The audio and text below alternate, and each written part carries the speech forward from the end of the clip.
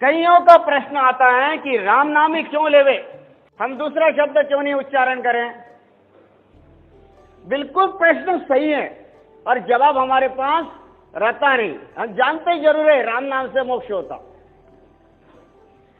हम जानते जरूर है राम नाम से मोक्ष होता, क्योंकि गुरु महाराज के विधि से हम सब परम पद में जा रहे गए, राम नाम से मोक्ष होता। फिर राम नाम ही क्यों लेवे, कृष्ण कृष्ण क्यों नहीं रहे, दिगंबरा दिगंबरा क्यों नहीं करे, ओम भगवती वासुदेवाय नमः क्यों नहीं करे, क्यों नहीं करे? इसका कारण क्या? इसका कारण है होनकाल से ये देह की चाहना पांचों इंद्रियों की थी। अब भी अपनी बात है, पांचों इंद्रियों की चाहना थी और पांचों इंद्रियों के अनुसार, पांचों इंद्रियों के चाहना के अनुसार ये सुख भोगने के लिए यहां पे आया। जब ये आया, पहले ये आया कैसा, इस धरती पे कैसा आया है? पहले जब धरती पे आया तब कला से आया। आज जैसे गर्भ प्राप्त होता वैसा नहीं आया, एकदम पांच ही तत्व, पांच ही इंद्रियां पूर्ण। ऐसे स्थिति के हम कला से बनते थे। जब अब पहले आते थे, यहां पे आते थे, हमें यहां पे आते ही हमें लगता था कि यहां धोखा है। गर्भ में आने का धोखा लगता था, आगे संकट पड़ने के धोखा, संकट गिरने का धोखा लगता था। हम ब्रह्म ज्ञान से फिर यहां चले जाते थे। यहां पे आने के बाद में पर लालसा हमारी सुखों की थी, इसलिए बार बार ऊपर जाते थे और बार बार नीचे आते थे। जब बार बार नीचे आते थे, हम क्रिया करते थे।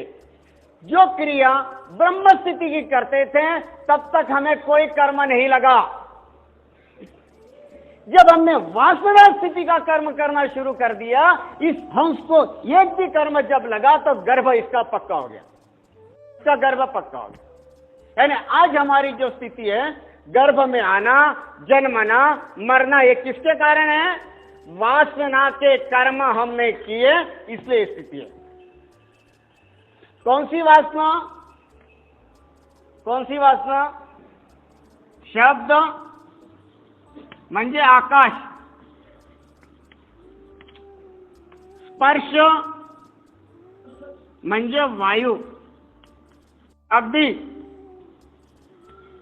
काय अग्नि? रूप। कैसा पैदा हुआ है? मां तत्व से आकाश हुआ, आकाश से वायु हुआ, वायु से अग्नि बनी, अग्नि से जल बनी और जल से धरती बनी।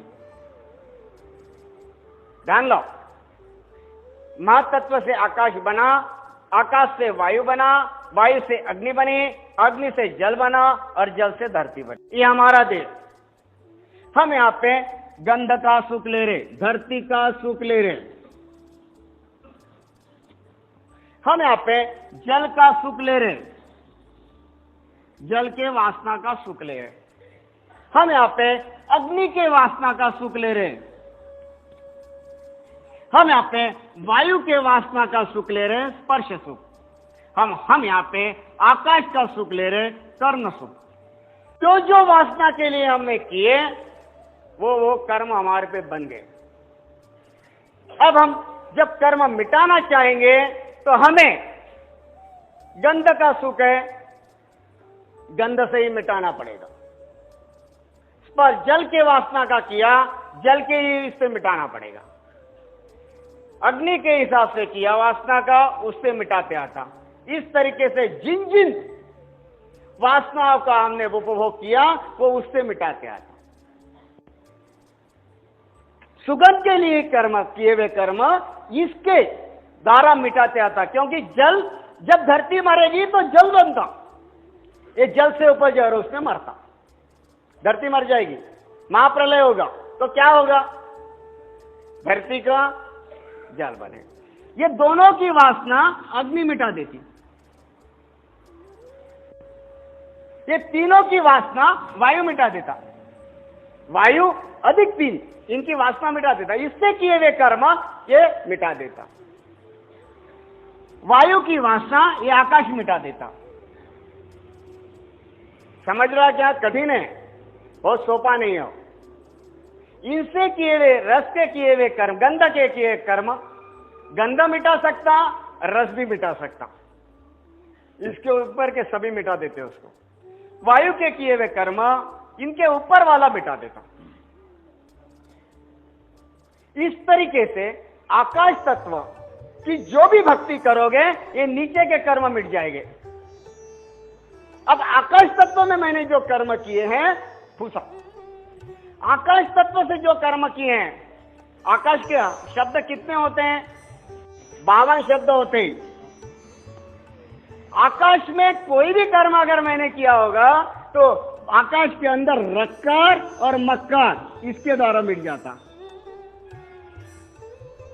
आकाश के अंदर तक के किए हुए कोई भी कर्म अगर है तो ये आकाश में ये 2 तत्व बड़े होते हैं, सब में तत्व बड़े होते हैं कुछ कुछ। ये रक्कार और मक्कार मिटा देता। रक्कार मक्कार यानी राम।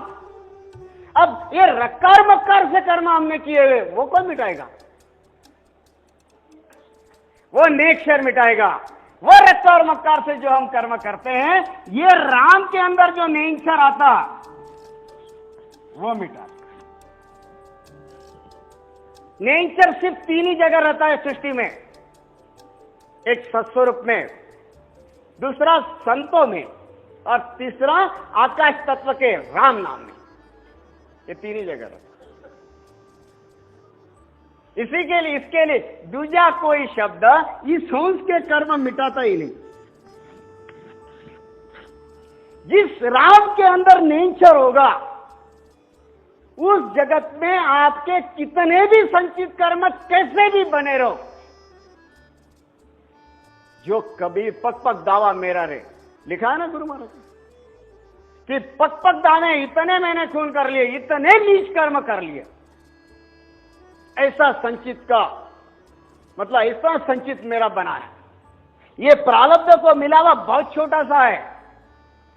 ये संचित जिस राम में नेचर है उसके शरण जाते ही उसी क्षण में मिट जाते। सिर्फ नेचर हमारा निजमन वैसा दे।